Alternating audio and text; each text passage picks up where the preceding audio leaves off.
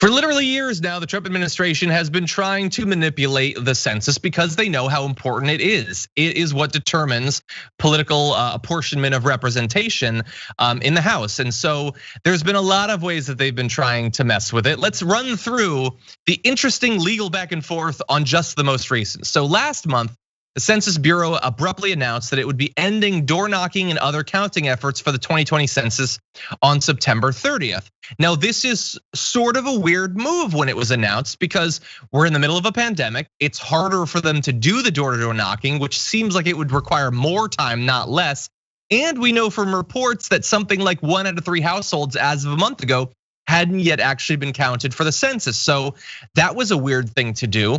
Now, thankfully, there were legal challenges to that change. And eventually, civil rights groups claimed victory with a federal judge blocking the attempt to end the census earlier. And in some sort of alternate 2020, that's where the story would end. And we'd be like, yay, good news. The census is going to have the bare minimum time it needs to be done. But it's 2020, not the mirror universe. So the Trump administration has said the 2020 census will end early on the 5th of October in just a few days, defying that judge's ruling that the count should continue through the end of October. The US Secretary of Commerce, Wilbur Ross, made the announcement in a tweet posted on the US Census Bureau's website on Monday. So let's be very clear about what this is. They said they're gonna end it earlier. A judge said, no, you're not. And Wilbur Ross is saying, no, we are. We're just gonna stop like a month earlier. That's pretty amazing. That seems ballsy for Wilbur Ross. What's gonna happen? I mean, does the court then go back and say, but no, you can't just announce something on Twitter like this and decide to go against the court orders? Honestly, I think that the census should be held until the pandemic is over. I know we're supposed to do it every 10 years, but I think we might need to do 11 this time because it's not going to be reflecting the accuracy of the demographics. There's no way it can. People are not even answering their door right now. Yeah, it's amazing. You mentioned it earlier, how many different ways this administration is trying to suppress and disengage voters and silence large, vast swaths of the population in this country. Yeah, and this is one of the most insidious because it's so long lasting and it's relatively invisible. If they're successful in stopping some of this count, we won't even know how much of the count they've stopped. No one will. It will be impossible because this is the only thing that does the count. What should be done here seems pretty obvious to me. Wilbur Ross should be locked up if he's defying this court order. If it's his decision and he tells the judge to go F himself or herself and stops it, then he needs to be locked up. There has to be legal consequences because the thing is, right now, he can't actually stop it. Those census workers aren't going to tell him to go F himself and then go out and do it anyway. And like, you can't wait a couple of months until it's actually been submitted and then say, oh, well, I guess now we wish that we could restart it or something. No, if it's his job and he's not gonna do it, you need to lock him up. I don't know that we can, but that's what should be done. The cost is just too high. That's why they're willing to do this. And this is the Supreme Court battle that we're having all over again. It's the difference between how much they'll gain by doing this and the weakness of the apparent norms that are supposed to stop them from doing it. It's not up to the task, so we need something stronger than that.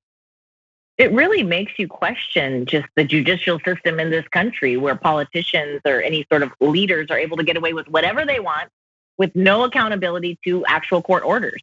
Where the rest of us, if we defy a court order, forget it, we're in jail with no questions asked. I don't know who this Wilbur guy is, but he's full of it. He does need to be in jail. Yeah, he's the guy that Mitch McConnell says looks like a turtle.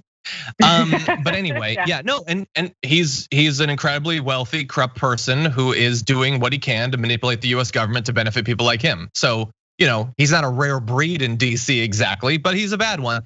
And by the way, so this is where we're at in this particular attempt to pervert the census. But just to quickly catch you up on literally only a couple of them, we can't go through everything.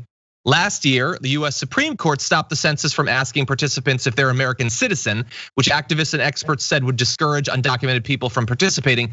I don't remember for sure what the count on that was, but I wonder if you had Amy Coney Barrett instead of RBG, would they have actually done that? Or would they have been successful? And last month, President Trump signed a memorandum in support of excluding the estimated number of undocumented immigrants in the country from the count used to apportion congressional districts. Now, he was stopped again from doing that, but these are all things they want to do. And that last one, that's not even like we're gonna add a question to it. It's we're gonna do the count or something like the count, and then I'm just gonna make up a number and I'm gonna subtract it. Whatever I want, that's what I'm gonna do. Yep. Yeah. It's a very difficult situation when dealing with undocumented immigrants and the census, because I do believe, and of course, census workers and the Census Department would never say that this is part of it, but I do believe that that data has already been used to be given to ICE to isolate and to find people that they are seeking. So it's already been a big section of the Latino population who does not want to even participate in the census. So you were already having a hard time getting the accurate numbers. And now with this, and then even just saying that they want to put that question on the census, it deterred even more people from participating, even if that question wasn't even on it. So the mere fact that they said, let's put it, and that it was a story, that already made people get more scared. So the census might have been a good depiction of what the demographics are in this country maybe 50 years ago, but based on Cambridge Analytica and advertising analytics, maybe we need a different method now. Maybe there's another way to find out where everybody is and how many people and where they're living. I mean, obviously that data already exists. So maybe we need to rethink the census. Maybe we need to do it differently, because I don't think this census 2020 is going to mean anything. Yeah. It's not going to be accurate. It's not going to give us the numbers. It's going to definitely disenfranchise certain neighborhoods and populations, because it was targeted to do so. And the fear-based propaganda has made it even worse. So I'm not sure what the answer is here, but I think the census is a wash, sadly. Wilbur does need to be in jail. Frankly, I think he's better looking than McConnell, but 6.5 doesn't. We'll run a poll on that. Maybe. He's got a sort of like. He doesn't have the testicles down here, or the toad scrotum. I don't know what that's called. What is that called? That's true. Understand, we couldn't see you when you said down here, so we don't know what you were pointing to, but I can see you. Anyway, yeah. So yeah. Thank you for clarifying that. Yeah. And so we'll see as it continues. I'm assuming the judge is going to have to do something fast, because that cutoff date is in less than a week now, that they're just going to be done, because why not? They get to. And it also sucks for all the census workers, because the census workers got their time. A lot of people rely on working for the census, people who are on Medi-Cal and have other, state benefits, because you don't get your benefits taken away when you work for the census. So they're able still to get their same funding and make $24 an hour or whatever they do. They've cut that down now for all of these workers. And so that's, a big, segment of the population who sort of relies on that income every 10 years. That's like their little extra pocket change. So it's unfortunate for them too.